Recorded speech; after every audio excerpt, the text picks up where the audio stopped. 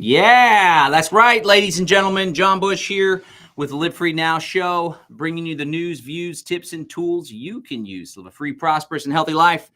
And we got a great program lined up. But first of all, we got to introduce our main man here, Mr. Rye Guy. What up? Happy New Year, y'all. What's up, Rye Guy?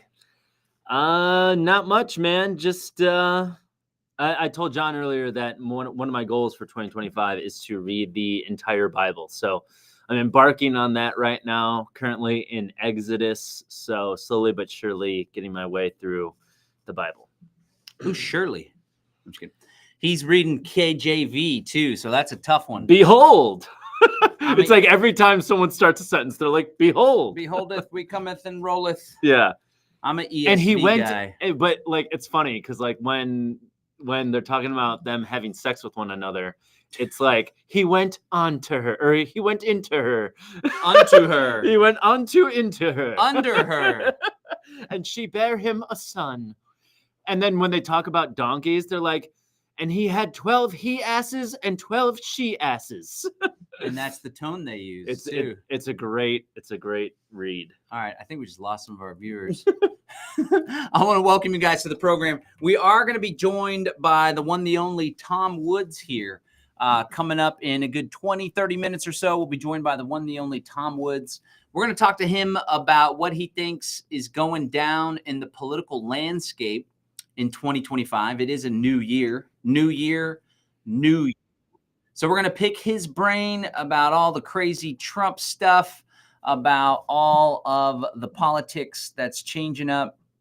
We have a conspiracy corner, too. We're going to talk about Trump's desire to acquire Greenland and make Canada the 51st state. But maybe we'll pick Tom's brain on that as well. But we are going to focus a whole lot on entrepreneurship. Of course, Tom is an entrepreneur with a big focus on marketing. If you've been following our work for a while, you know that we like marketing at Live Free Academy. We like to market. We like to market to you.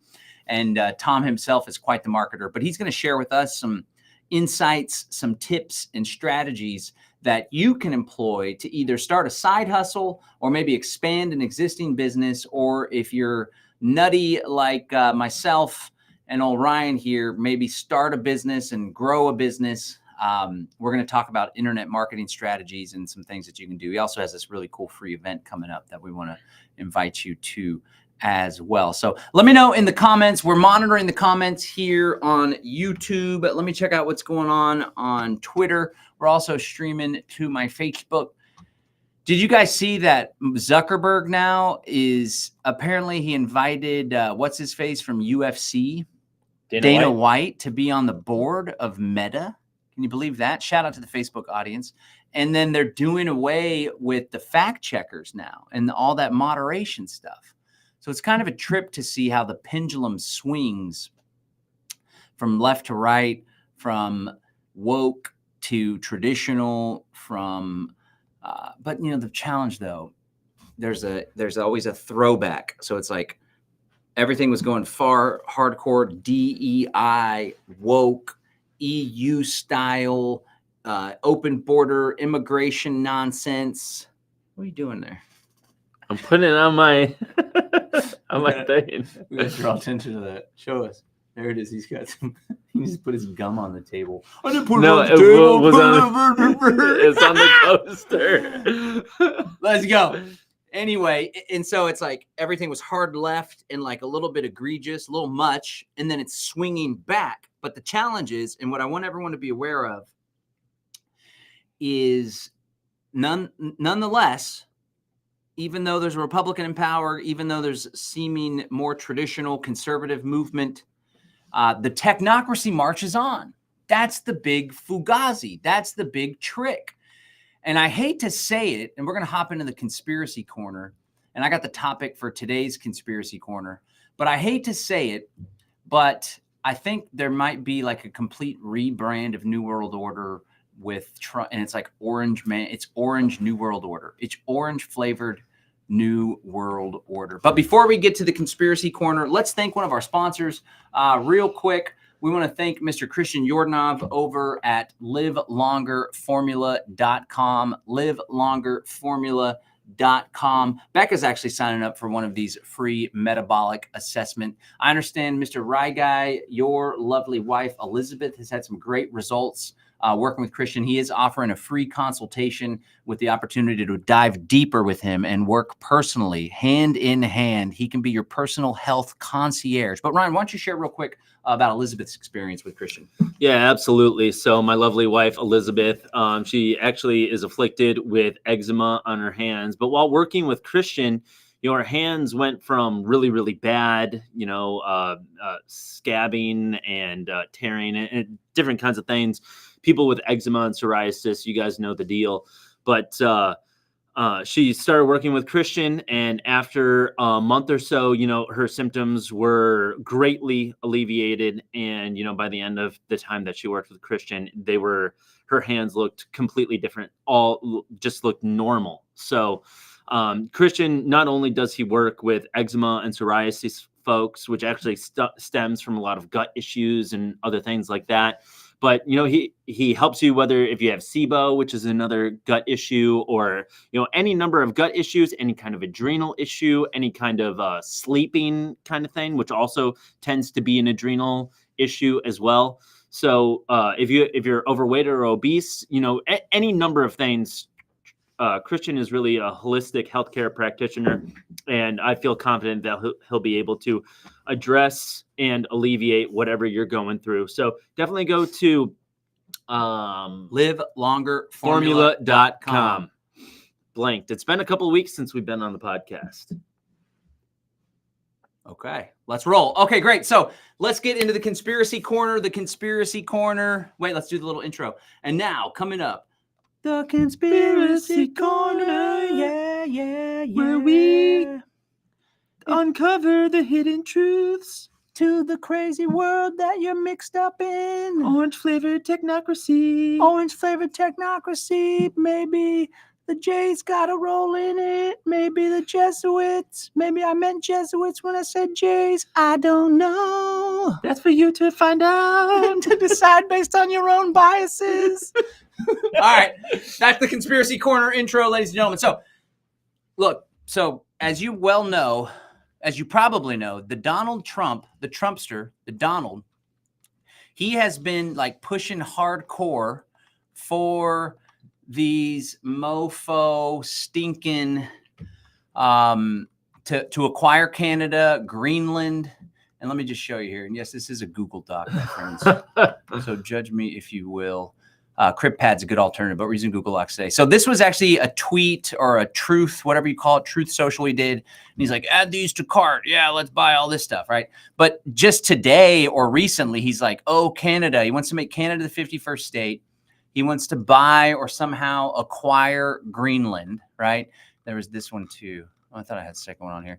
He had some other thing about Canada, right? So, and the challenge and the sad thing is, a lot of MAGA folks who are all about America first, fix the problems here. Let's not be the world police and get involved in all these affairs and spend a bunch of money here and there. They're all just following along. Now, not all of them. There's a guy named Clint Russell that I had jabbed with just a little bit. In fact, old Woods got involved in one of the jabbing sessions where I was jabbing at Russell. But he was one of these guys that like reluctantly supported Trump. And he's like, yeah, well, this is what we got to do. And everybody fell for the lesser of two evils. But I'm grateful that Clint now is like, wait a second, this isn't what people thought they were getting into. And he's being critical. But Clint came to the Trump thing as a libertarian, as a liberty freedom movement kind of guy. The whole podcast sphere just kind of got swept into the Trump hysteria. But thankfully, a lot of the folks that have like their philosophical roots are liberty, they are more resistant and they're more critical. But the whole MAGA movement, not the whole MAGA movement, a significant portion of the MAGA movement, their basic definition of what is truth, what is good for America is what Trump says, which is not a healthy deal. And of course, Trump isn't driven by principles. It's actually be a good thing to talk to old Tom Woods about the value of principles. Ron Paul's driven by principles, self-ownership, free markets, non-intervention, right? And so a lot of people are just going along with it. When in all reality, what I'm seeing with this acquire Greenland acquire Canada as the 51st state. I'm seeing a lot of old school New World Order North American Union. So I want to draw your attention to this. Now, I don't say this to toot my own horn, only just to let you guys know that I've been in this game for a while. And I remember back in the day, we were pushing against the North American Union. So this is a report from the Council on Foreign Relations, a globalist think tank. Back in 2005, Building a North American Community, report of an independent task force. Okay. And the Council on Foreign Relations, of course, is one of the leading institutions that's pushing for a supranational global government. They have it 2005. So they basically laid out the need for common security parameters, common economic systems. And many people think that this would be great. This sounds like a great idea, but in all reality, it's all about centralization of power and control. So nonetheless, I was hip to this back in the day. We were pushing against it. We were rallying against it. I even went down to Mexico for a student class trip and was talking to them about it and asking people about the North American Union. There was talks of having a common currency like the euro. It's the same thing that happened back in the day when there was different European countries. Now they're all united under the European Union, right? So, of course, that was 2005. And then come to find out 1 year later, under the Bush administration, they launched what was known as the Security and Prosperity Partnership. Did that just switch away? These are my notes here. It's gone now. Oh, there it is. I think I zoomed in. Okay. So the Security and Prosperity Partnership basically laid out exactly what this Council on Foreign Relations report, Building a North American Community, had: strengthening competitiveness, North American emergency management. Now check this one out. So it's great to go back and look at this stuff from early in the conspiracy days. They wanted to make sure they had similar avian and human pandemic influenza protocols and responses. For instance, we have agreed to work together to accelerate research, development, production, and availability of human pandemic influenza vaccines and develop a strategy to best facilitate the sharing of information and enhance the availability of vaccines in the region. We want to establish a small coordinating body. Can you believe that? North American Common Security, Common SMART. You see that? SMART, secure borders. This is all technocracy, and the smart borders are all about surveillance, biometrics, digital ID, which is also something Trump is pushing forward. Now, that was 2005, 2006, but let's take it back to the good old days. There was actually a report put out by the Club of Rome, an even older globalist institution, which was seeking to deindustrialize the United States, among other things. They put out a report where they called for a regionalized and adaptive model of the global world system. Right now, I don't know if they had an image of this, but there's images going around on Twitter where it basically is 10 regions. Okay. The solution of these crises can be developed only in a global context with full and explicit recognition of the emerging world system on a long-term basis. This would necessitate, among other changes, a new world economic order and a global resource allocation system. They called it the regionalized and adaptive model of the global world system. Essentially, what they wanted to do was turn the world into these 10 mega regions. Now, they pulled off Western Europe. That's the European Union. And now what we're seeing with Trump is pulling together this North American Union of sorts. Now, again, this just makes governance and rolling out their control grid and system much easier. So these are the kingdoms, as they called them. Now, the North American one includes Canada and the United States of America solely. There was a map I saw that also included Greenland. Let me see if I can see Greenland on here. Would Greenland be part of Western Europe, or was it just left off? Either way, so that's the Club of Rome, globalist think tank, pushing this idea back in 1973, I believe. Let's take it back even further, my friends.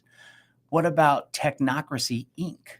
Technocracy, Inc. was an institution that was pushing for technocracy. Right, way back in the day. That's a government system where things are organized and controlled via scientific dictatorship, algorithms, experts, right, scientists. They were calling for this technate, which is a North American control grid. And there you have it, folks. This one does include Greenland, Canada, United States, Mexico, Central America, and the northern part of North America. And if you want to see how this would be governed, South America, northern part of South America, they have these, like, look, this is their whole, it's an administrative government that's operated by scientists and experts, you see, and it's a continental board. So it's all about the centralization of power. Wow, look at that picture. Is that Paulie Gualtieri?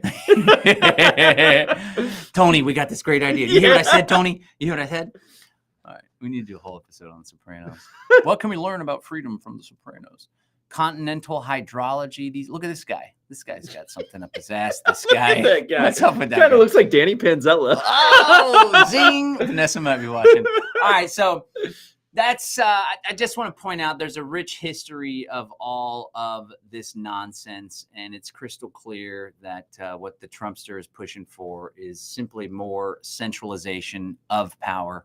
And it leads me to believe that there very well could be some trickery. And, you know, I pushed back on this, but Derek Bro's always held that, like, it's all by design. He was coming in as the great divider to stir up division, problem, reaction, solution, further controls. But it's kind of like a rebrand.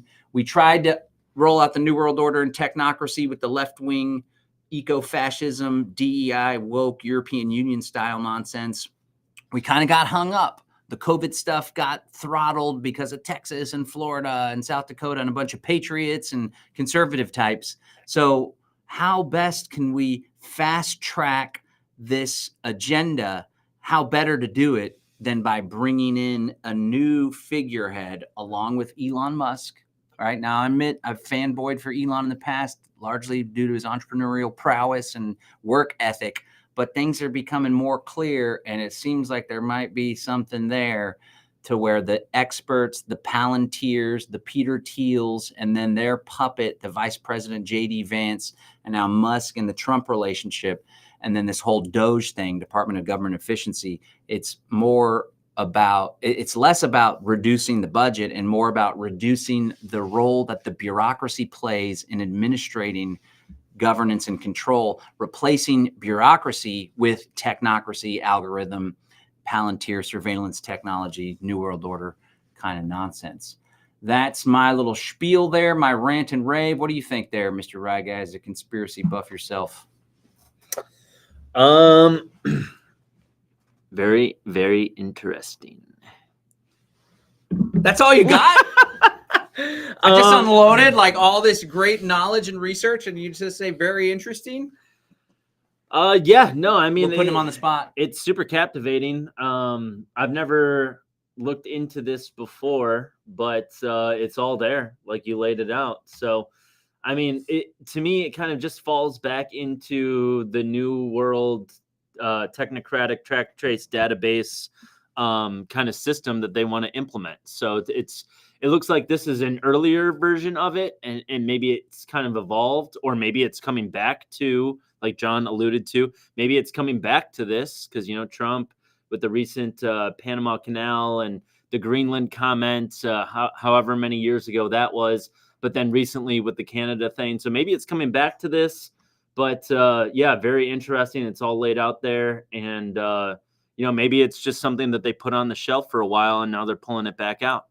They're bringing it back with orange veneer. I think that's why the Bilderberg Group allowed Trump to win the presidency. I think they struck a deal. The Trump campaign struck a deal with them that he was going to usher in the technocratic, technotronic era.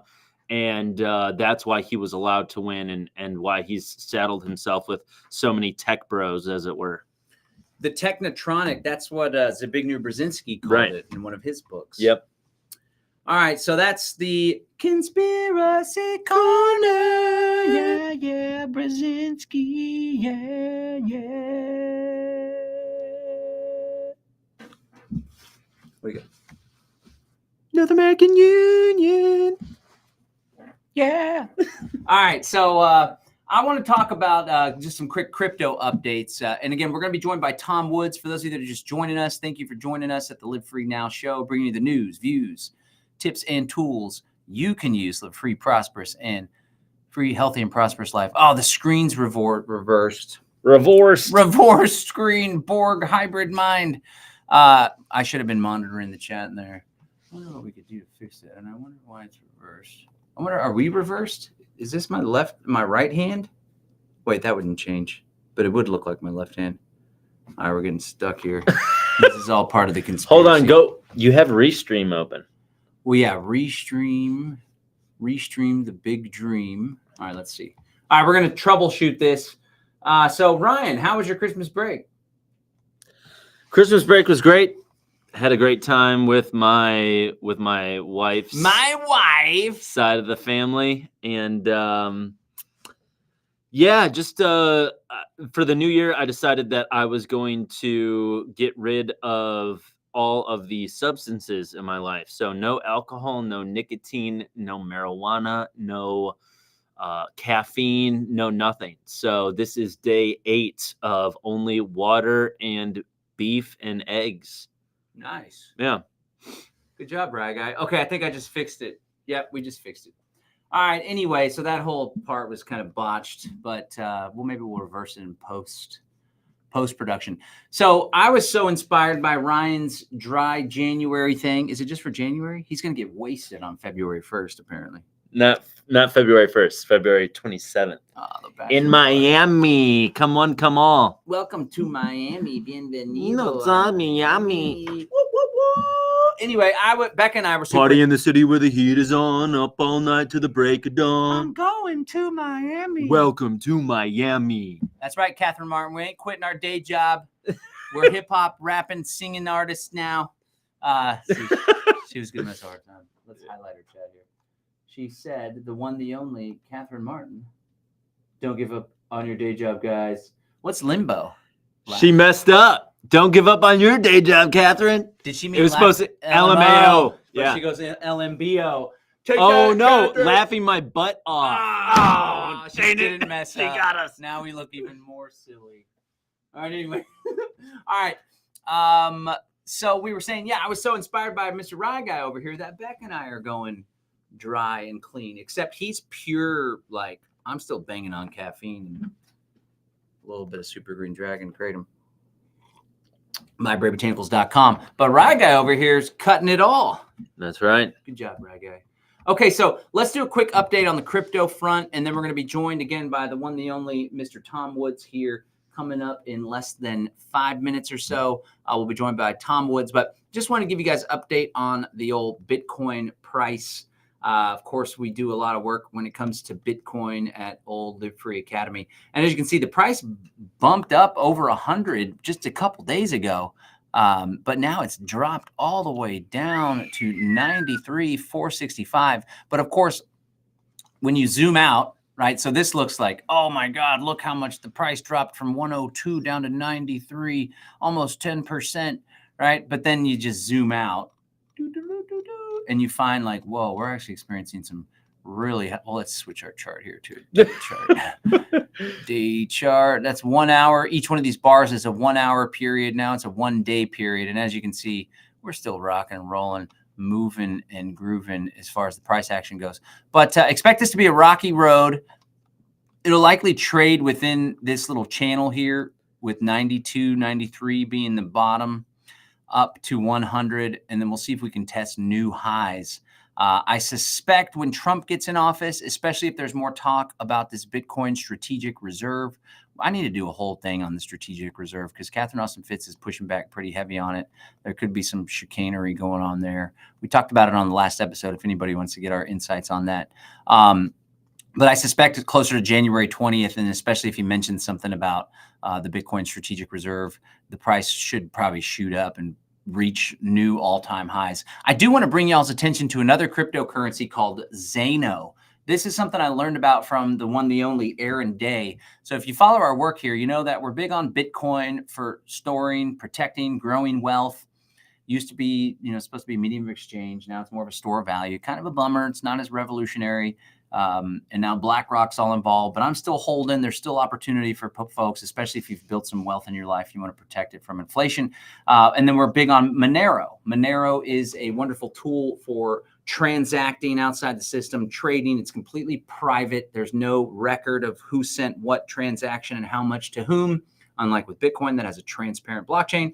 But Monero's technology The original encryption technology that was the foundation of Monero, I believe it's called CryptoNote, it is being used for this other cryptocurrency called Zano. Now, the key difference between Zano and Monero is that Zano actually allows you to launch your own tokens. So they call them confidential assets. So people can actually tokenize things. You can tokenize a company. People can create tokens and have a share in a piece of real estate. You can create tokens that are rewards for people that are purchasing from your company. Old Aaron Day is actually going to launch a token that's a stable coin that's pegged to the value of gold. Now, this is something that I've been dabbling in with myself. This is something I'm a fan of, and I just wanted to throw that out there. Now, I don't always encourage people to get involved. Actually, I'm not a big guy with altcoins and stuff like that, but when there's actually a utility, especially when it's a privacy project, pretty revolutionary, I do see value in that. And one more quick thing. This is actually something Roger Ver mentioned when he was on the Tucker Carlson interview. There's another cryptocurrency protocol called Confidential Layer. Okay, so let me just break this down, how this is going to be really cool and why there may be a ton of interest in Zano moving forward. So you have Bitcoin. Bitcoin is transparent. Somebody buys Bitcoin, the price goes up or it goes down, and they want to use Bitcoin to transact, or they want to sell their Bitcoin or whatever. It's all tracked on the blockchain. Now, you can play your cards right and try not to tie your identity to your original crypto address, your original Bitcoin address, but nonetheless, it's all transparent on the blockchain. But what Bitcoin plus Confidential Layer plus Zano could enable, and what they plan to enable, is you could take your Bitcoin, you move it through these smart contracts with this tool, Confidential Layer. I don't know if they're actually smart contracts, but you move it through their technology, and you take your 1 Bitcoin or your 1/10 of a Bitcoin or your 0.053 Bitcoin through Confidential Layer into a Zano digital asset token that is the same value as Bitcoin, right? So 1 Bitcoin would be the same value as 1 Zano wrapped Bitcoin. And then you could actually transact in Bitcoin with other people through the Zano blockchain, and it's completely private. Not to mention the transaction fees won't be $1, $2, $20 sometimes. So this is actually pretty cool. And because there's such a huge network effect and tons of people that are in Bitcoin, and because it's such a pain point with Bitcoin that isn't getting resolved with Bitcoin development for privacy, there very well could be some major price action going on with Bitcoin, with Zano. And let me just show you the price action lately with Zano. It's just going gangbusters and going through the roof. Looks like we do have Tom. We're going to go to Tom Woods here in just 1 second to check in with him on what he's thinking for 2025 when it comes to freedom, and of course, what he is thinking when it comes to entrepreneurship. So let me just show you this chart here. Let's go ahead and do a 3-month chart. As you can see, the price has just gone gangbusters, starting back in October, 587, peaking out at $17. So I believe this is a cryptocurrency project that has actual real world utility rooted in privacy. And because of that application where you could take your Bitcoin, use the Confidential Layer protocol to then convert it into these private digital tokens, I believe that there could be even more growth with this really cool cryptocurrency project, Zano. We're going to be breaking that down more. For you Live Free Academy members, we very well may be doing an accelerator masterclass on that here pretty soon. So we actually do have a special offer for the accelerator membership right now. It's $1 to get a 30-day trial for the accelerator membership. LiveFreeMembership.com. We'll show you what that's all about. LiveFreeMembership.com. Becca actually has a masterclass coming up on Thursday, tomorrow, about the various different types of intentional communities, co-housing, eco-village, one owner, renting, all sorts of stuff. So definitely check that out. But without further ado, let's go ahead and bring on the one, the only, Mr. Tom Woods, who we're really excited to be having here. Now, let's see if I can manage this Restream platform. Here we go. There he is. All right. Hey, Tom, how are you? you hear me okay? All right, we can't hear him, but let me fix that. I know how to fix that. Oh, what about on? Okay. No, we're good, right? I'll just keep making noise. Here, hold on, Tom. Go. Oh, we just lost our feed now. You there, Tom? I am. Oh, he can hear us. We're having technical difficulties. Shit. Tom, if you can hear us, why don't you go ahead and introduce yourself to the audience? Let us know what you've been up to. And I got to restart Wirecast, but you'll be here rocking and rolling. Are we sure that the audience can hear me? All right, well, I'm going to find out. I'm going to look in the chat. And if anybody responds, then I'll know that people can hear me. Oh, yes. Thank you, Vanessa. Vanessa is a hero in this situation. First of all, everybody, I know nobody needs this, but I apologize for my ridiculous appearance. John insisted on recording this after I get back from the gym, and you are not allowed to see Woods's post-gym hair. That is reserved for a very small number of poor souls who have to endure it. But anyway, I'm very happy to be here with John because John is an inspiration to me because I've known him for so long and I've seen him through ups and downs. And lately he's had way more ups than downs. But I remember when he was running, some of you guys may know this about John, he was running a libertarian bookstore in Austin, Texas. And I remember thinking, oh gosh, that does not sound like a moneymaker to me. I mean, and sometimes we do things because they're passion projects. I do episodes of my podcast about music that I like and nobody listens to them and I don't care. I'm doing them anyway. So that's okay. Like no sponsor wants to be on that episode because that's okay. I do them anyway. But John, in effect, reinvented himself and thought there are ways that I can both help people and support my family and be a good example of my kids. So for me, for 2025, I have some business-related goals. But I also have a personal goal, which involves learning to play the piano. Now, I'm 52. You don't learn to play the piano when you're 52. When I was like my kids' age, my kids range from 10 to 21. I thought that when you were 52, you were pretty much starting to wrap things up. You were taking the tent down, heading back into town. Like that was it. So I want to give my kids the example of me being my age and yet having the ambition to learn something new. That's not the only reason I'm doing it, but that is a nice, side benefit. But another thing that I'm doing, and John and I will talk about this, no doubt, but is I'm actually running a session for other people, for my listeners, for John's subscribers, and really for anybody who stumbles upon it. But over the past 15 years, I've kind of figured out how to take the technology we have and monetize it. And a lot of people are not doing that. They're still living like it's 1977. And I have to believe that in 1977, people would have killed for the tools we have now. And now we have them, and yet we use them to argue with dopes about things they're never going to understand. I'm not going to make fun of people who watch cat videos because let's face it, cat videos are cute. And I love cats. But in fact, I've gotten to a point where I can travel whenever I want.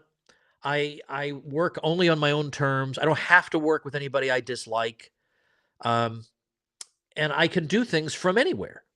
And it's because I have at my fingertips tools that our parents and grandparents could only have dreamed of, especially those of us who have parents and grandparents who started businesses. If they had the tools we have now, they would refuse to listen to any of our complaining. They would say, this alone is all I need. So I get that there's a lot about 2025 that sucks, right? We got sociopaths in charge of everything. We get all the mainstream institutions hate us. These are not small problems. Price inflation is insane. I couldn't be more sympathetic to that.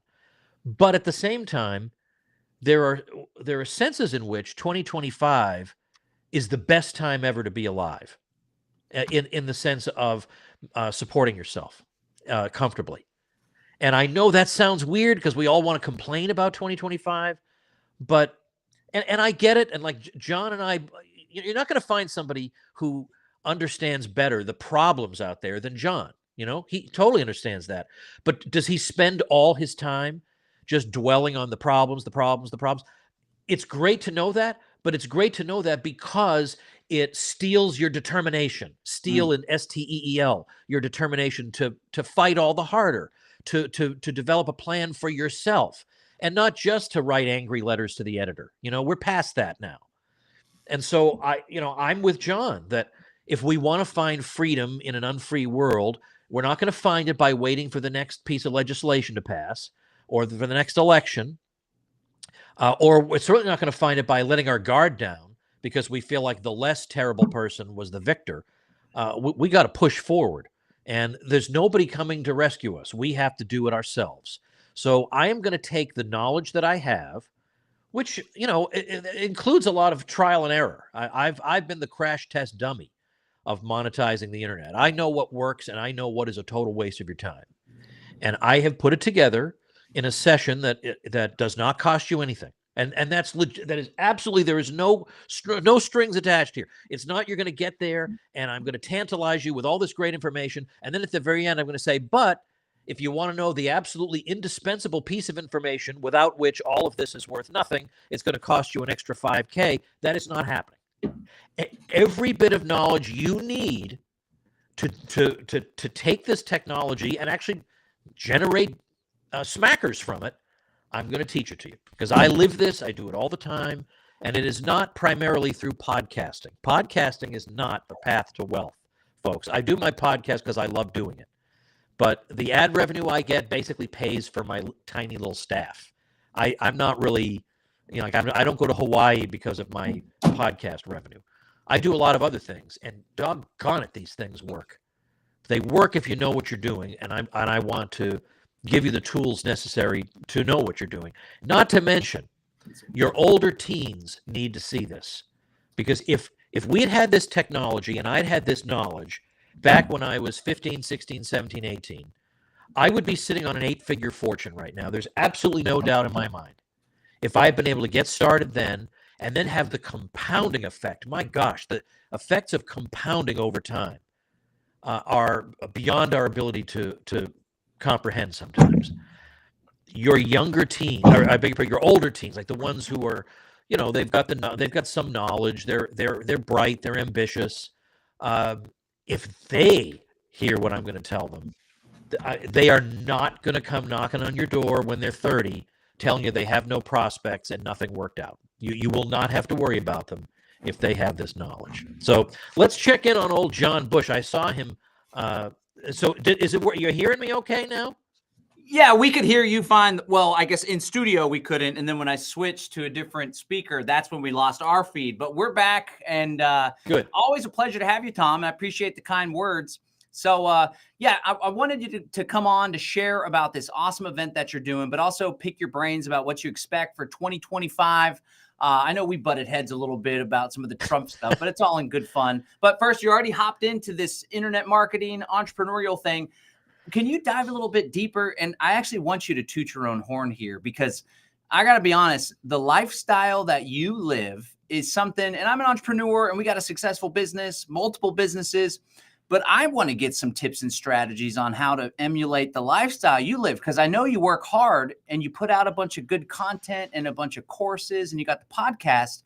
But I tell you what, being friends with you and following you online, it seems like every other day you're eating at the fanciest restaurants and going and living and checking out all these great shows, and you're doing it with your lovely wife and your lovely kids and stuff. Can you just paint a picture of what your life is actually like, how much time you're spending on the computer? Because it looks to me like you're spending a lot of time like really living a good life. All right. Well, that's a good, I have such a ready answer for that it's going to look like we rehearsed this, but we didn't. It's just that I've given this a lot of thought, and I'll tell you, and John, I know that you are subject to the same kind of temptations that I am to work all the time. And that is one of the drawbacks when you work for yourself, that there's no 5 o'clock, there's no clock to punch out with. There's no bell that rings that says you're all done. In principle, you could just keep going. Like, you could work all night. You could work into the morning. There's no stop. There's no logical time when you're off the clock, so to speak. So you have to impose that discipline on yourself. And yet you come to be, I wouldn't say addicted to, but find very appealing the making of money. So you think, well, the more I work, the more I get. So that is a balance you have to impose on yourself. And for a long time, I did not impose that balance. So some of what you're seeing of me traveling and doing fun things is making up for lost time. That I feel like I didn't live the right way. I did not have the right balance. But the other part of it is this. A lot of the work I used to do, I couldn't scale it because I needed to be there. So a lot of the stuff I used to do was public speaking. Now, you can scale that only so much because there's only one of you. I mean, how many speeches can you give, and how many places are there, frankly, that want to hear from you? You know, there's a ceiling you're going to hit pretty soon. And I can, you know, before I get exhausted, I can only take on so many things. So I was coming up against the making of money for me meant I had to be physically present doing a particular thing. Now, it happened to be a very pleasurable thing. Like I would, I got to travel to some fun places and give speeches and this or that, but it was exhausting. It was time away from home. It was time away from the family. And I could do only so much of it. So now what I do is the kind of work where I don't need to duplicate myself because that's not possible. I have the kind of work where I'm no longer trading time for money. Like, let's say a physical therapist. A physical therapist can make a very comfortable living, but there's a ceiling because you can see there's only one of you, and you can be in only one place at one time, and you can see only one client at one time. So eventually you'll hit a point where you can't go any higher than that. But the technology we have now, in effect, makes it possible for you to do that. It makes it possible to blow the lid off that because I can produce things now that I don't need to be physically present to fulfill and that are infinitely reproducible and that can be purchased while I'm asleep. And that literally happens. That sounds like I'm making that up. That literally happens. And the other side of it is learning how to make, it's one thing to sell, this pen. I sell this pen, I make a little money, that's the end of it. But what am I going to do next month? I got to sell another pen. I got to find another person who wants to buy a pen. Okay, probably not too hard. But as time goes on, it's harder and harder and harder to find that fresh new person. What's way easier is to take that first person and sell them something else that complements the first thing. Or even better, get them in a pen of the month club or quote dollar shave club or whatever. You notice how everything these days has like a membership aspect to it. Like every month you pay for Netflix or you pay, I think Panera Bread even introduced a beverage club where it's like $10 and all month you can just come in with your cup and fill it up all you want. And so you see this everywhere you turn. And now that I've told it to you, you're going to start noticing it even more. That's how this works. There's a trampoline park near where I live. They have a monthly membership. Come in and jump on the trampolines all you want for X dollars a month. And what that does is it gives you stability. It's the kind of business model I don't like is like an escape room. I bet a lot of people know about those. It's a pastime where you go into, it's like either a haunted house theme or a Sherlock Holmes theme, and you have an hour to solve the puzzles that help you get out of that room. Now, it's a wonderful thing for me as a consumer, but I would hate to run that business because once people have done that room and the 3 other rooms I have nothing else for them. The only thing I can do is go out and do the very difficult job of finding brand new people. But this membership model of the same person who bought something from you last month wants to buy it this month, wants to buy it the month after that, and the month after that, and the month after that. That gives you stability. I mean, yeah, the person might not last forever, but it's the same amount of effort to sell somebody something that they'll just keep on buying that you expend to sell them something just once. And I've gotten good at that. And you may say, well, I don't have anything to sell that people would want month after month. But that just means you're not thinking hard enough. I promise you do. I promise you do. You got to brainstorm it. But there are ways of it. You don't have to produce pens or anything physical at all. Even just people find value just belonging to communities that generate value for them. Like John has examples of this. So that has meant that I can now have a business or multiple businesses that, they don't just run themselves and they're not just passive, as sometimes people might say, but there's certain things that I do to keep the members coming in that I more and more am able to automate, and it keeps the members coming in because some will fall away, but as long as I can keep enough coming in at the same rate they fall away, the thing just kind of runs itself so that I can say, I'm going to go to St. John in the U.S. Virgin Islands for a week, and I'll keep an eye on things, but it's not all going to collapse once I take my hands off it. It runs. And these are things that just, what I'm doing now could not have been done 30 years ago. I mean, the infrastructure technologically did not exist. So people, you asked me to toot my own horn. I'll say one thing that toots my own horn. In that sense, I'm like a pioneer because there are very few people doing what I do. And I think in the years to come, as people catch up and realize, wait a minute, why should Woods have all the fun? I want to do this kind of thing too. There will be more competition for me. That's true. But right now, we're on the cusp of something that when I was a kid, if you would ask me what I was going to do for a living, I couldn't have answered it accurately because the opportunity to do it did not exist at that time. I was in the class of 1990 in high school. We'd never even heard. In 1990, I used to think everything that could be invented has already been invented. I used to think, I'm not going to be like my grandparents who say, in my day, we didn't have television. I won't have to say that because I have everything. Not only did I not have everything, I couldn't even have conceived of how I make a living today. And this is not restricted to me. If people had this knowledge, I am convinced they would act on it. I mean, think about Ron Paul. There were a lot of people who were implicitly Ron Paulians, but they had never had it all put together for them the way he did. And then suddenly, boom, a light went off in their heads. And this is, I think, very analogous to that. We're living at a time that I think people just don't realize the resources available, the ways they can do things that are new and different and profitable. They've never had it put together for them. They know in the back of their heads there must be some way to monetize this thing. I mean, come on, obviously. I just don't know what it is. But I'm kind of doing that. I'm putting it together. I'm saying, you already know this, you already know this, you already know this. Now I'm going to teach you 4 more things that you combine it with what you already know, and you're going to say, this is a thrilling and exciting world. And I am doing it for free. I mean, yes, if you want to get the recording, you can buy that. But if you just want to show up and attend, that's not going to cost you anything. And John has put the link here in the chat, and maybe he'll have it some other place. Yep, we got the link there in the description. I dropped it in the chat.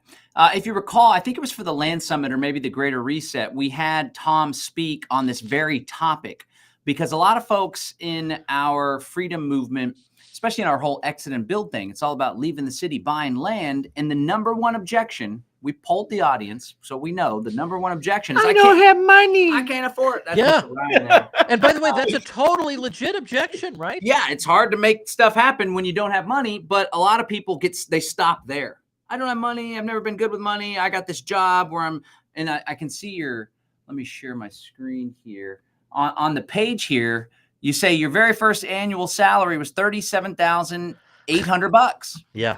That actually could be a higher salary than a lot of people have now in spite of all of the inflation, right? And so a lot of people are struggling to make ends meet. Not only are they struggling to make ends meet, they're most definitely struggling to execute on their exit and build goals, to invest in Bitcoin, to buy the new privacy phone, to go travel to the conference to get the inspiration or the prize, to buy a piece of land, right? So people stop there. So let me ask you this. One of the big objections to this whole entrepreneurial marketing thing that I've come across, and it was a big lesson for me, because I came to realize that a lot of folks in my audience are quite a bit older than I am. Now I'm 40 by now, but a lot of folks are retired.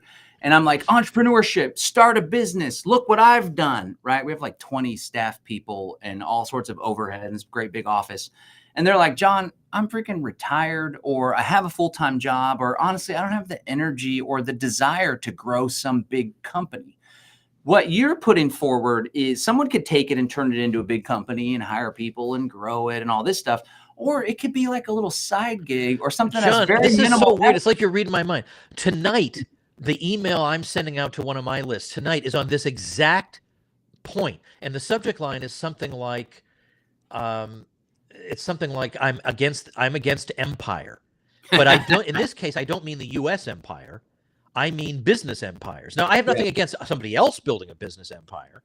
And I know there are some people in the world who would love nothing more than to oversee some massive company with hundreds or thousands of employees, with offices around the world and news reporters hanging on their every word. That holds no appeal for me whatsoever. That is the last thing in the world I want. And I give the example of my friend and mentor, Ben Settle.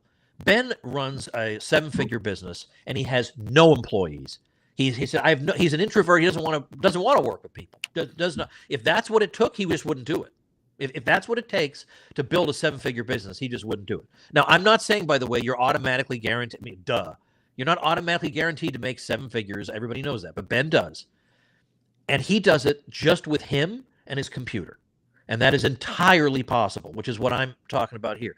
And the kinds of things that I'm going to be talking about in this webinar, you can easily see that you could spend 10 hours on it per week. You could spend 5 hours, but if you spent 50, you would get there faster. Like with anything, like I was talking about practicing piano. I know that if I practiced piano 5 hours a day, I would get to I get to a point of proficiency much faster. I just don't value it enough. I value other things much more than that. But I understand that's the way it works. But on the other hand, that doesn't mean, well, there's no point in my even bothering to play the piano, because I can still be, I don't have to be the world's greatest piano player. And in business, I don't have to be the equivalent of Amazon. Why would I want that? That sounds like nothing but headaches to me. I want to work to live. I don't want to live to work. And that's why I'm describing the kind of model that I am. It's like what Ben does. You don't have to deal with 1 million people if you don't want to, but you could get some big thing going and you say, you know what, it's so big now that I'd rather just hire people to do X and Y. That's great, but you don't have to. Yep. And in all honesty, I was that guy. Like, I want to build a business empire. Funny enough, I talked about building an empire on Facebook one day, and people were like, empire? Yeah, but I hate empires. Like, I'm going to go invade Canada or something. That seems to be on the table now. Not so much of a joke anymore, John, if you read the headlines these days. I know. But yeah, I wanted an empire, and then I decided we need to simplify and kind of scale things back, because it ended up being so much work. And I'm always very conscious of leverage, where it's low input for high output. And it sounds like the system you're talking about is exactly that. Yeah, and it's the kind of thing where you don't have to learn everything. Like some people will say, well, I don't use Facebook, so I can't do what you recommend. You don't have to use you could, I don't know how you would do this. It would have to be metaphorical. You could burn your Facebook account. It wouldn't make any difference. You would not have to use that. You wouldn't have to use any social media platform whatsoever if you absolutely don't want to. You don't have to do anything you don't want to. In fact, I wouldn't recommend, well, I'm going to go all in on monetizing the internet. So I'm going to learn LinkedIn and Facebook and X and Gab and YouTube and Rumble. And then I'm going to have a positioning on Pinterest, and I'm going to be on TikTok and whatever. I'd go out of my mind. I would just go out of my mind. So my system involves just getting good at one or two things. And that could be anything from email to, you can use word of mouth. You can do in-person things. You can use social media. The possibilities are endless, but you don't have to grind at something you hate. Pick something you like. And because I dwell on my age a lot, and I realize I have fewer tomorrows ahead of me than I have yesterdays. And so I don't want to expend the rest of my time doing things I hate. So I've built a life where I do things that I love. And where I don't have to work with people who are discouraging me all the time. And by the way, that's another thing. And this is a key thing. I used to think that mindset was a whole lot of, fluff, BS fluff, like mindset. What kind of a scam is this? Like people selling their mindset course for $497 or something. That's get your own mind fixed up. You don't need these mindset courses. Okay, maybe you don't need the mindset courses, but you do need to get that mindset right, because a lot of us have the wrong ideas. We think, well, what you're describing sounds like what other people do. Like other people run businesses, or they make money online, or they write a book, or they do. We think of this as things other people do, and we just sit back and consume those things. But you got to the thing that goes off in your head is when you say, well, wait a minute, I belong to the same species as those people. Why couldn't I be somebody who produces something? But then you start to get the self-doubt and the imposter syndrome. What business do I have doing X or Y? Or who would care about anything I do? And I'm not good enough. And I mean, that voice has followed you around your whole life, discouraging every productive thing you have tried to do. And in 2025, you're gonna lift up your foot and you're gonna crush it like the miserable bug that it is, because that is what it's doing. Because the thing is, the difference between you and a lot of people who have been successful, particularly online, is not that they're so much smarter than you. They're just as much of a knucklehead as you and I are. They just don't have that voice telling them don't do anything. They have conquered that voice. That is primarily the advantage they have over you.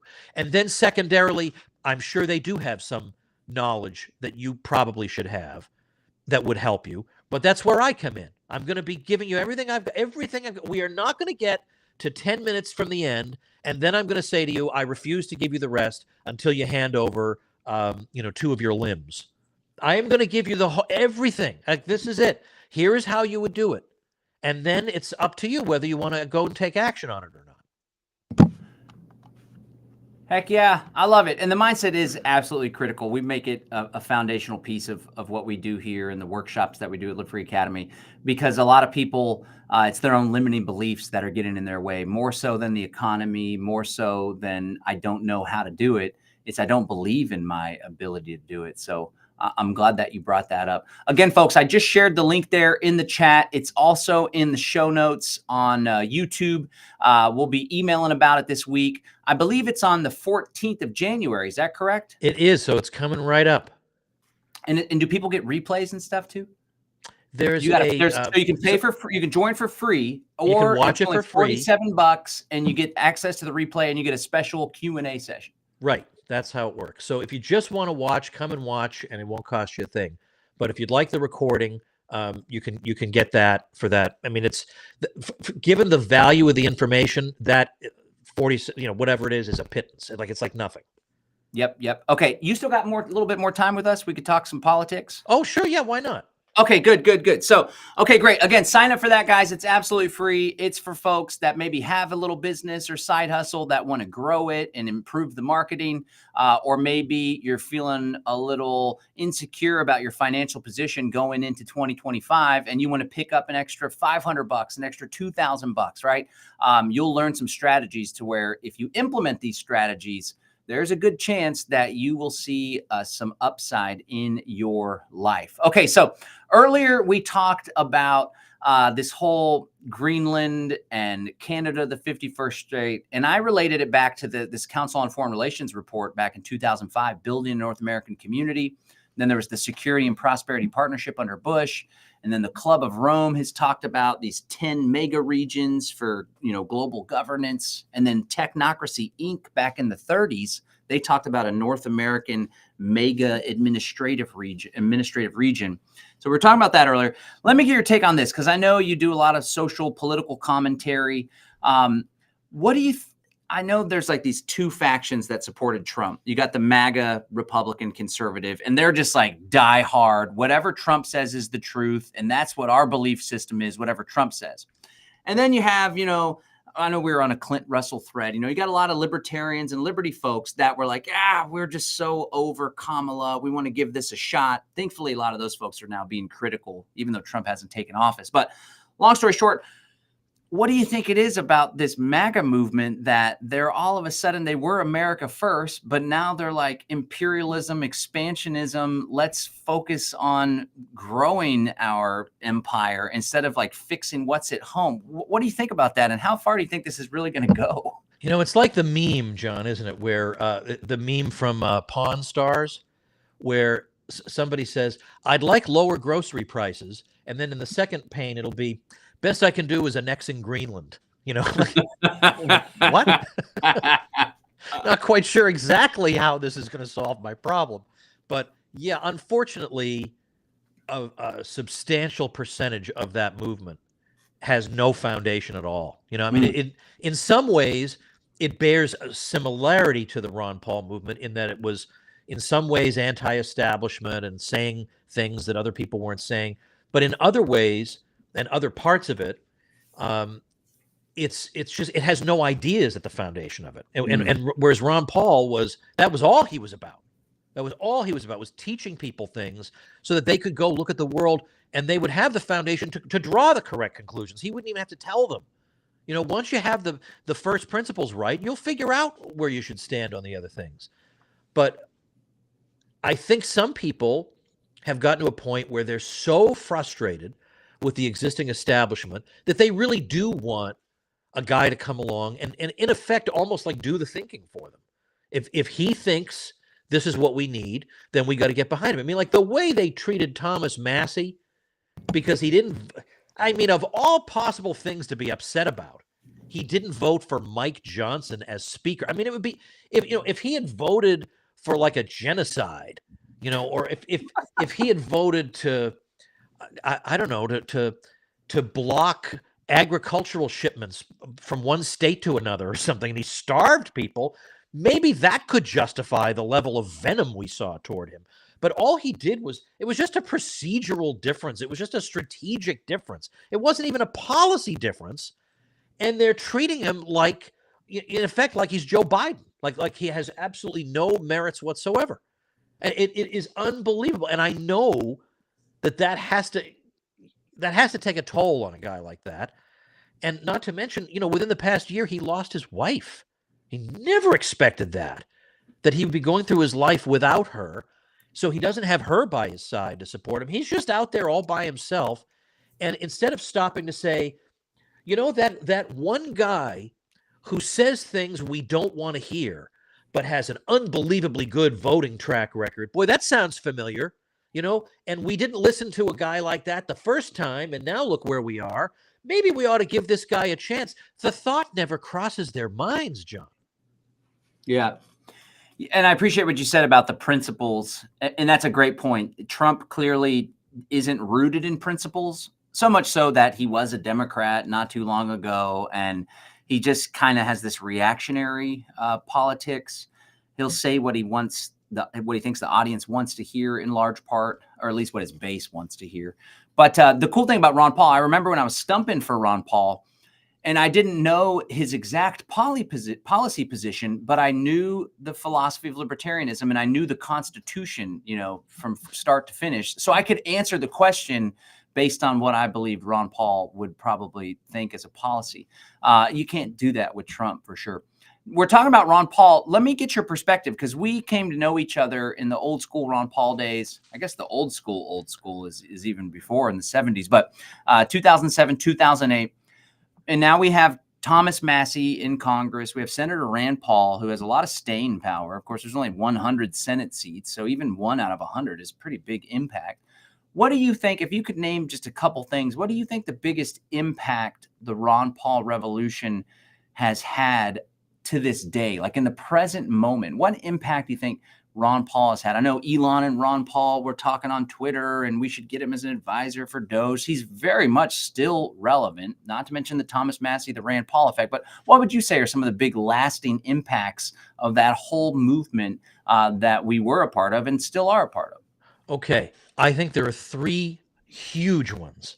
And the funny thing is, they are 3 areas where the conventional wisdom at the time was, well, with this issue facing us, I sure wouldn't want to be a libertarian now. And in each one of these 3, it turns out that the libertarian position was resoundingly vindicated. And yes, as a matter of fact, you did want to be one. You shouldn't have said that. So the first one involves the war on terror, quote unquote, and the Iraq War of 2003.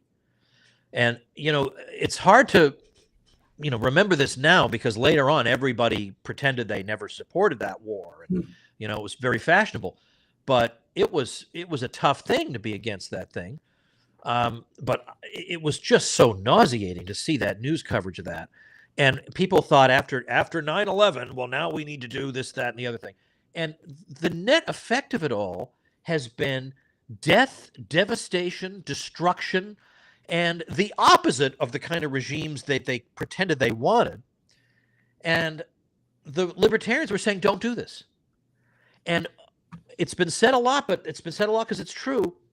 Ron Paul, in effect, gave people like you and me who believe in the free market, who believe in freedom, gave them permission, in effect, to also be against war. Because up to then, you'd think, well, you must be some kind of commie because you're not supporting the U.S. military. There ain't no way you can look at the record of Ron Paul and conclude this man is a commie.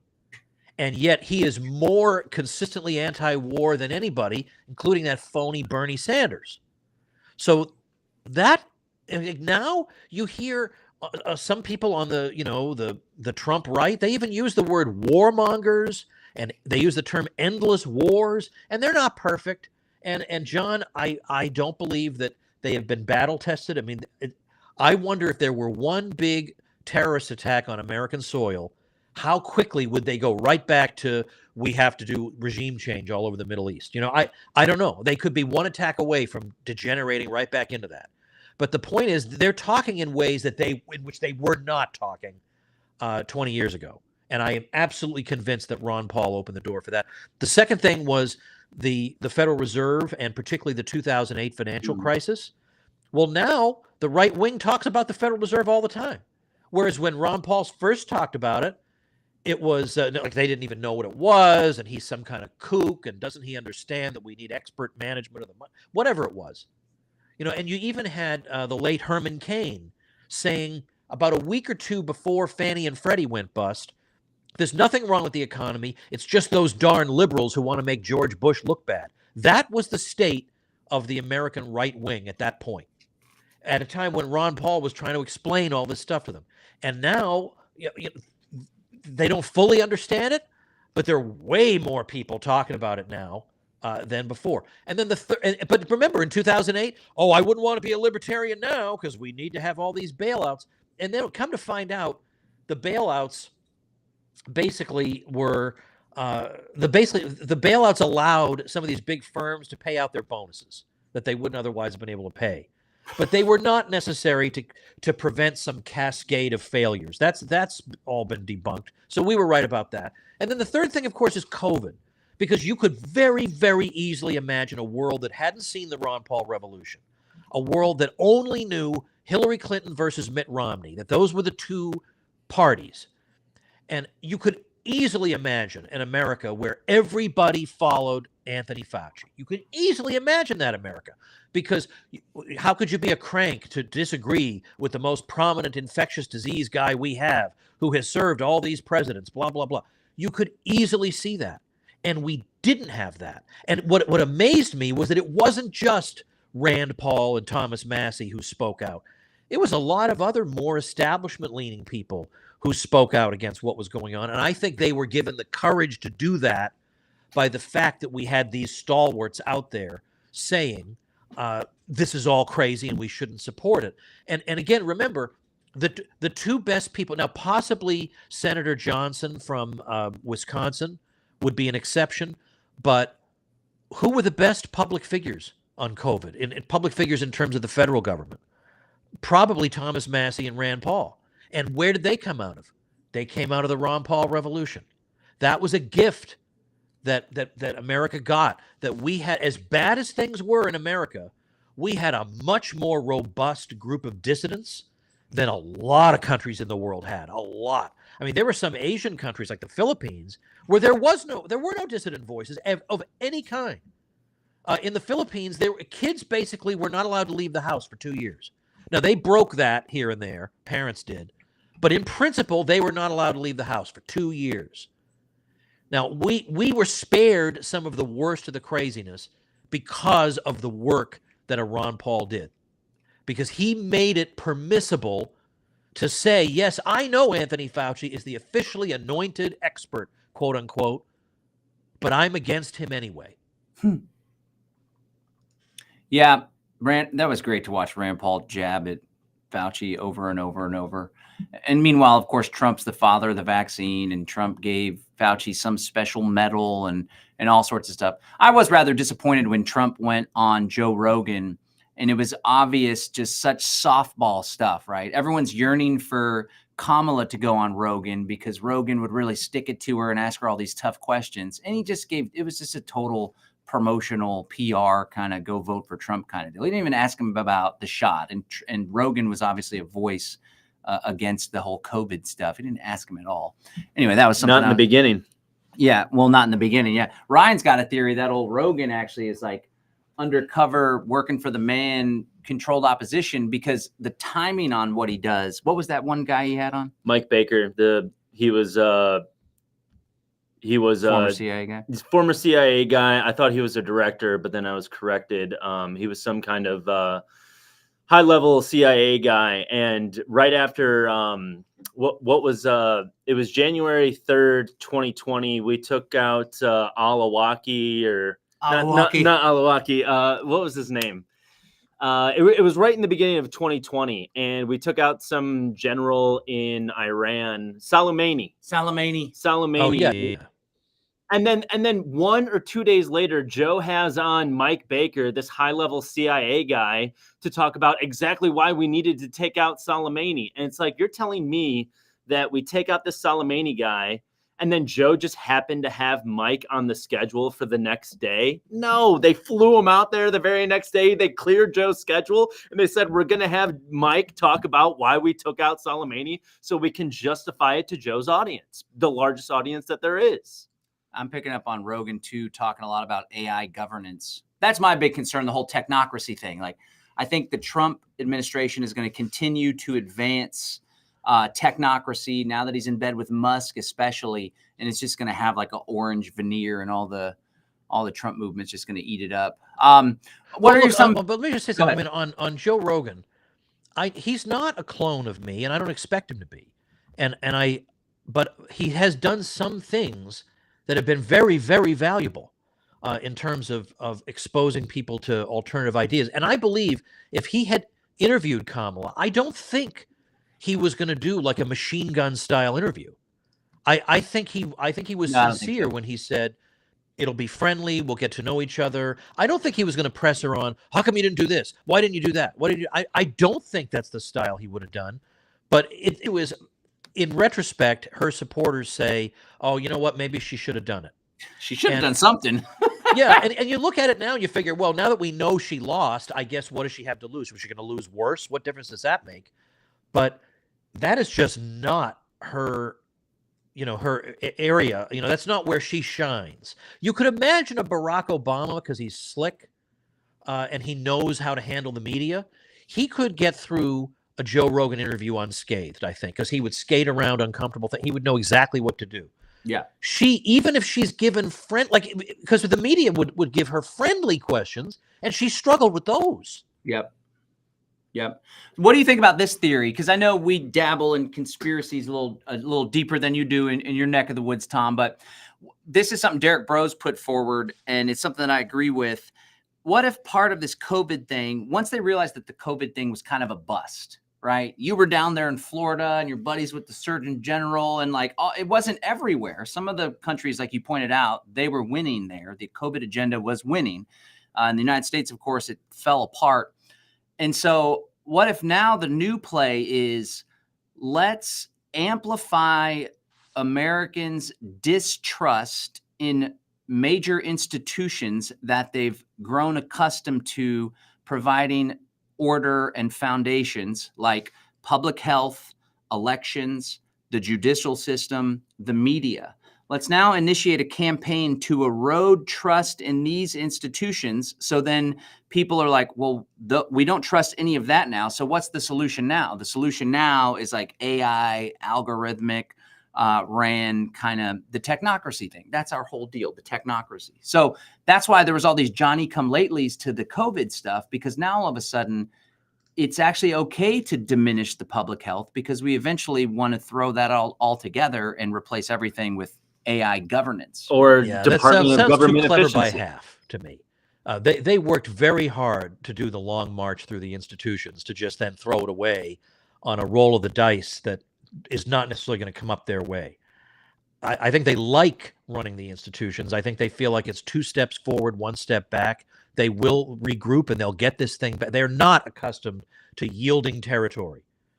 So it sounds like we're trying too hard here to come up with something clever. I think it's much more likely that it is the way it appears, that these are psychotic control freaks. And so what do psychotic control freaks do? They take over institutions.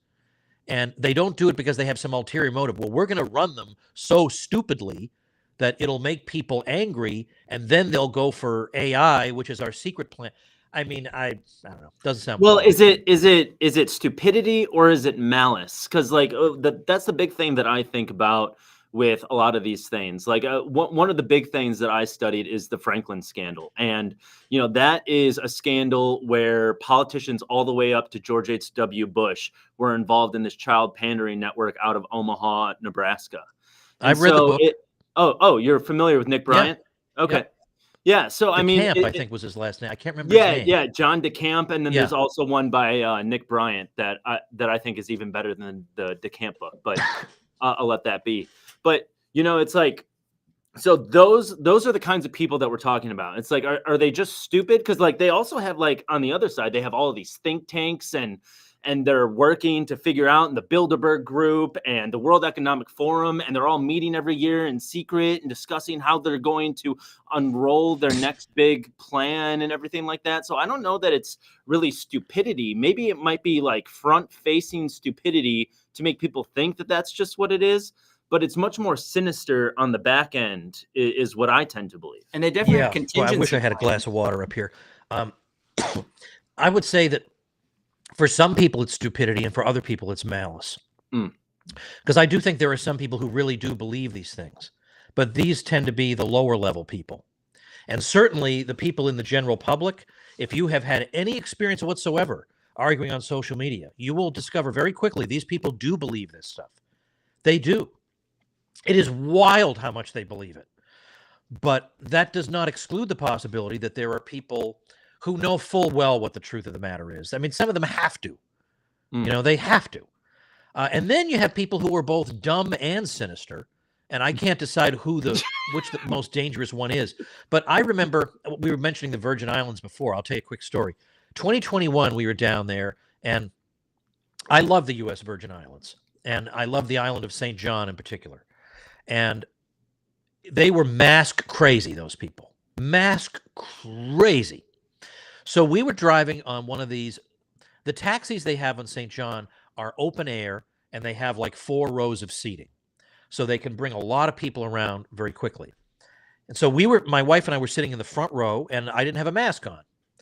And it's, it's this open air thing. And, so I didn't think anybody would even care. Well, there was a family sitting in the back, and there was a young woman, probably around 20 years old, and she was demanding that I wear a mask. And she absolutely believed this. This was not a plot to make me say, well, people are recommending stupid things, so I better not trust public health anymore. She believed this. But I confronted her and I said, look, I had one of those fake masks, because I had a guy on my show who started making fake mesh masks that you could breathe through easily. Oh, yeah. So I said, I'll put this on, but you need to understand it is not going to help you in any way. It is not going to do absolutely nothing. And so this got her a little uneasy. And I said, do you realize that I was not losing my temper, by the way. I said, do you realize that we have data now for demographically identical populations right next to each other with completely different mask policies, but exactly the same health outcomes? So that would seem to suggest that the masks don't actually accomplish anything. And you know what her response was? I'm not kidding. I'm not kidding you. Her response was, and uttered exactly this way, stop. So I'm making a coherent argument, and her response was, stop. So like, this is not something, like, she believed it. It worked on her. She absolutely believed it. And by the way, the funny asterisk to the story is, when we were dropped off at our hotel first, we got to the hotel, I realized I left my cell phone on that taxi. So I need to call it and ask her and her family to hold on to it for me. This same woman I was just arguing with is the one who holds the fate of my cell phone in her hands. It was terrible, but nice. Still got it. Wow. There it is. I still have the desire to, when people are wearing a mask, because it's not really the case here in Bastrop County, which is just east of Travis County, where Austin is. You never see a mask here, like literally ever. But anytime I venture into Austin, or we're going on a trip to Vegas, or we were just in Phoenix for a while, there's still people wearing masks. And I get it if it's an older person and they're like, maybe they're actually sick, or maybe they have a weak immune system. But I see people that are younger than me still routinely, you probably see it in Orlando, still wearing the mask. And I just so badly want to be like, I just want to ask, is there anything, are you like waiting for some particular level of, do they even track cases nowadays? Like now it's practically freaking flu. I think they're trying to bring it back right now. For some reason. Not very successfully. Yeah. No, it's a good question. Like, what are you Are you waiting for like an official announcement or something? Because I would say that the fact that none of the people who recommended them to you are wearing them anymore is a pretty good indication that you can probably take them off. You know, Yeah. I didn't need that indication, but if that would make you feel better, that has happened. Oh, yeah. Oh, look, I'll tell you. Jenna will tell you. When we walk by somebody wearing a mask, it's like she has to urge me to keep my mouth shut because I want to mutter. I'm muttering under my breath. That doesn't do anything. Like, why are you still doing this? And not to mention, I wouldn't even want to be mistaken for somebody who fell for this stuff. And the symbolism of still wearing a mask today means you went all in for it. That's what that means. They're still And I would never want to look like that. So what do you think you're accomplishing? And then I want to ask, have you seen any studies showing that people like you are healthier than people like me? Because I haven't. If so, can you point that one out to me? Yeah. But I'm not gonna accomplish it. I don't know if you know the name Steve Kirsch. Yeah. But he's like a statistician who's been very critical of the shots and stuff, but not just that, also masking. And he has this thing where he goes up to people and he'll say, "How much would I have to pay you to take that mask off right now? How much would it take?" You know. And I think at one point he was going around saying, "If I gave you $100 grand, would you take that mask off?" Wow. You know, I don't know what happened at that point, but I mean, but I really, I just want like, what do you think do you think we're all stupid for not wearing them? I really am curious. But on the other hand, it's like, I don't think I want to know. Like, just leave me alone at this point. It's like a comfort thing. Yeah. And Tom, I just want to offer one point of pushback because I'm not necessarily convinced that all of the politicians necessarily actually believe in the mission that they're fighting for. Like so since I referenced the Franklin Scandal book, maybe you've also read the Bilderberg book by Daniel Estulin. I haven't, but by the way, I agree with you on the politicians. I'm talking about the kind of woman I met on that taxi.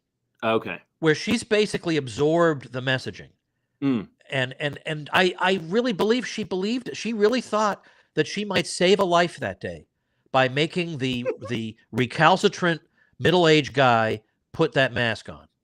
Like, she really thought she was doing something important. And I think that this thing appealed to that instinct in every mediocre person to try to be somebody. And she could be somebody because I was careless without giving even so much as a thought to human life. But she, by badgering me about wearing a mask, well, her life has meaning now. So what I think happens is that the political class, I do believe many of them it's that they're sinister. They know exactly what they're doing, but they also know that there's a substantial percentage of the population that is highly suggestible and that wants to be on the cool person team. And that when all the TV actors and all the movie stars and the musicians are all telling them that they're a bad person if they don't wear a mask, they hear that. What was that they don't want to be a bad tagline person. that guy came up with? He was like doing the podcast circuit. It was like 30% of people would never be able to see that COVID was a psyop kind of thing. What was it called? You lost me. I can't remember. He was like on all of the podcasts. He was on Dell. He was on everything. But just what was the point of what he was saying? The point of what he was saying was that they were hypnotizing basically the population through all these fear methods, like homeboy with the mass formation psychosis. I know mass formation psychosis. That's what it was. And he said 30% of people are never going to be able to acknowledge that COVID was not as bad as the news was saying it was. Yeah. And they'll be forever trapped. And that's when Tom says, he's like, I still see people wearing the mask. It's like they're still stuck in that. Well, my worry is if it was clear that terrorism, even false flag terrorism, is a tool to dramatically accelerate tyranny. And then pandemic we saw, and that's, old Alex Jones and stuff was saying this is going to be a tool they use in the future, right? And sure enough, they rolled it out. And I don't think they got the traction that they wanted out of it to institute vaccine passports, for example. They tried that in the States. That's and because Trump and the White Hat saved us all, John. Trump saved us. QAnon, baby. QAnon.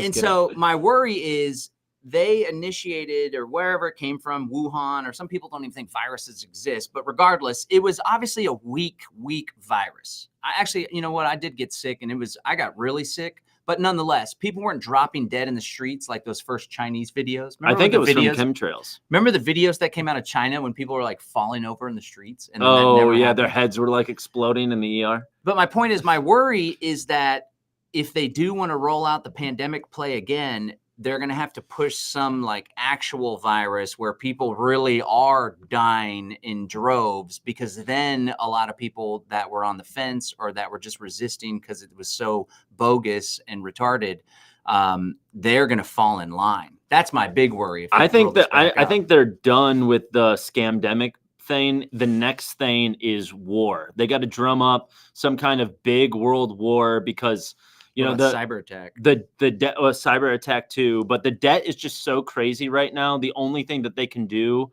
to stave that off even further is just get in another war. Yeah. What do you think, Tom? I mean, I don't know what the next thing is, because I couldn't have predicted this COVID thing. I mean, you remember in 2019 we had 1 million complaints about the way the world worked, and then 1 year later we would all have given our right arm to have just 2019 back. Yeah. Like, and I think back to my complaints in the 1990s, about Bill Clinton, and I think I was complaining about nothing. Now, you know what I mean? I wasn't actually complaining about nothing, but I just mean that things accelerated so much since then that it's like, geez, I just want my stupid 2019 life back. Yeah. Right. The thing is, I just think back to as the COVID story was creeping toward America, because like we knew something was going on in China. And then I thought, well, what's going to happen in a couple of months? And I thought, well, it's possible that, people could die in the U.S. It never entered my mind that they would try to do what they did. It never even crossed my mind that would or happen. how far they took it. We forget. How far they took it, how long. It got really bad. And that how few people cared enough about their own lives to push back on that. Yeah. Right. Like that was the Families thing were that was torn the apart. most miserable for me. Because I thought at the beginning, oh, no one's going to tolerate this for more than a month or two. I mean, forget it. Oh, geez, no. So that just goes to show. I don't know what they got up their sleeves, but I'm just trying to prepare my community for whatever the hell it is. To be ready for whatever it is. By being financially free, and that's why you should go. That is step one. That's got to be. Yeah, let's tie it all in together. So we're talking about what's coming next. We don't know. There's a lot of uncertainty though.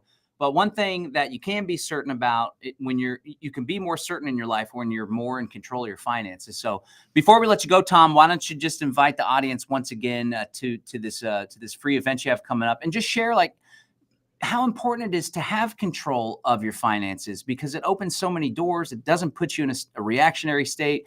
God forbid there is a lockdown again and you're living in New Jersey. You want to have the means to be able to pack your family up and move to another place, put the down payment on an apartment or whatever, the deposit on an apartment. So go ahead and let folks know about this event you have coming up again on the 14th. Yeah, so I would just say that a lot of times people look at folks who, are doing well, and they think, oh, they were lucky. They had some luck. Sometimes maybe they did.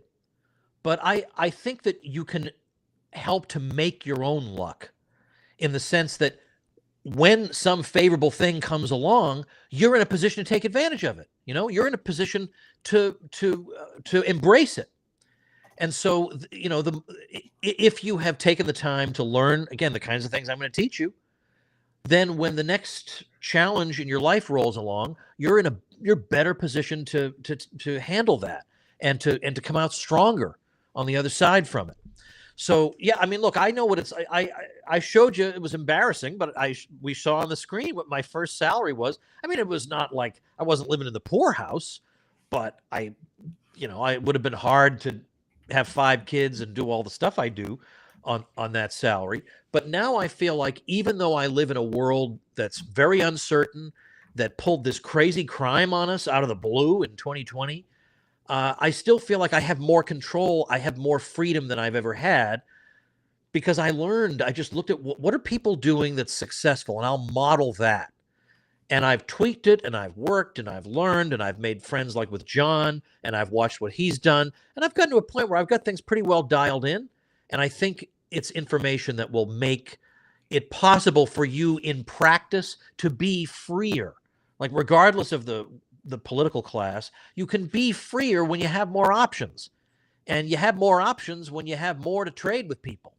And you have more to trade with people when you learn how to generate wealth. And so I'm going to be talking about it, and it doesn't cost you a thing. It legit does not cost you a thing. There's no secret fee. There's no nothing. It does not cost a thing. I have done this kind of thing before, and I charged for it. But this time I'm running a little test. If I don't charge anything, will I get a big crowd beating down my door? And that will restore my faith in mankind, people. And boy, my faith in mankind has been very challenged over the past several years. So restore the old man's faith. Click on that link and register to be there. All right, Tom's faith in mankind hangs in the balance, ladies and gentlemen. So it's up to you to join the event. You know, one thing about Tom I'll say too is he's a great teacher, and he can take some complex stuff. Really, this isn't that complex what you're teaching, but nonetheless, a lot of people are overwhelmed with computers and the internet and marketing and social media and sales. But Tom will make it really easy, really consumable. So whether you already have an entrepreneurial venture, a side hustle, or you're stuck in like a dead-end corporate job and you maybe want to make the switch where you start the side hustle and then maybe the side hustle starts bringing in $1,000, $2,000 a month, $3,000. Before you know it, you're like, you know what? I'm going to quit the job and I'm going to lean all the way into this and grow it beyond what I was making before. It's entirely possible, especially if you get your mind right. But the strategies and the tactics are really important too. So really excited for you to be inviting my audience to this. I know people will benefit from it immensely. Hey, it's always a pleasure to hang out with you, Tom. Thanks for coming on the show today. Thank you guys very much. All right, take care. Take care, man. Later. All right, there you have it, ladies and gentlemen. The one, the only, the Tom Woods, the great Tom Woods. Again, I dropped the link there in the chat. It's also on the show notes. If you're part of our Live Free Academy newsletter, we'll be sending you some more info and emailing you about this great event. Before we let you go, I want to share a bit about another one of our sponsors, good old Above Phone, Hakeem Anwar over at Above Phone. They have been doing a lot of really great webinars that you can check out. So we want to invite you to check out their webinars. You go to their website, abovephone.com, abovephone.com. If you want to go ahead and pick up one of their phones, go right ahead. They also have these new laptops. I've been working with the laptop that he got me, and it's great. It's easier to use than most Linux platforms, which is great. But head over to Learn and then Webinars, and they're always doing free webinars. They really amped them up in the past few months. So there's older webinars that you can watch the replay of, and there's newer webinars that you can check out as well. So again, Above Phone is one of the sponsors that helps to make this show possible. And then our good friend Jonathan England down in Costa Rica, they do a regular webinar. They just wrapped one up recently, but the next one's coming up in 3 weeks. It's the 4 steps to make your dream of living in a Garden of Eden style eco village a reality. Go ahead and sign up now. They'll send you the reminder emails, but you'll also get dropped into his universe. He's doing a lot of great work down there, building this incredible eco village. They're about to expand it to 50 acres. So we're always excited to work with Mr. Jonathan England, and he's somebody that I look up to and learn a whole lot from. The entire community is in the private realm, using a trust, 508c1a church, private membership association. Really cool stuff going on down there. All right, you got any parting words there, Mr. Reggae? Nope, I don't. Just happy. It's interesting. It's definitely interesting. Nope, I'll just say Happy New Year, guys, and put your faith in Jesus Christ and everything will work out. All right. Okay, so I want to encourage you guys to, you can sign up today for the Live Free Academy Accelerator membership. That's all the cool stuff we're doing. I'm pouring my heart and soul into this program, helping people to come up with their own custom activation plan. You can sign up for just $1. You get a 30-day trial for just $1. And you'll be able to tap into our network. We got like almost 400 people that have joined. We talk about crypto, off-grid, intentional community. There's a really sweet online community where people are interacting and supporting one another. Again, you can join. It's normally $97 a month, but we're giving you the opportunity to test drive it for just $1. You can cancel at any time and you won't be charged. But it's normally $97 a month. It's just $1. LiveFreeMembership.com is the website, LiveFreeMembership.com. Becca's doing a masterclass tomorrow. I got one the following week. And I do my. What's the masterclass on tomorrow? The masterclass tomorrow is about different types of intentional communities that you can join or start.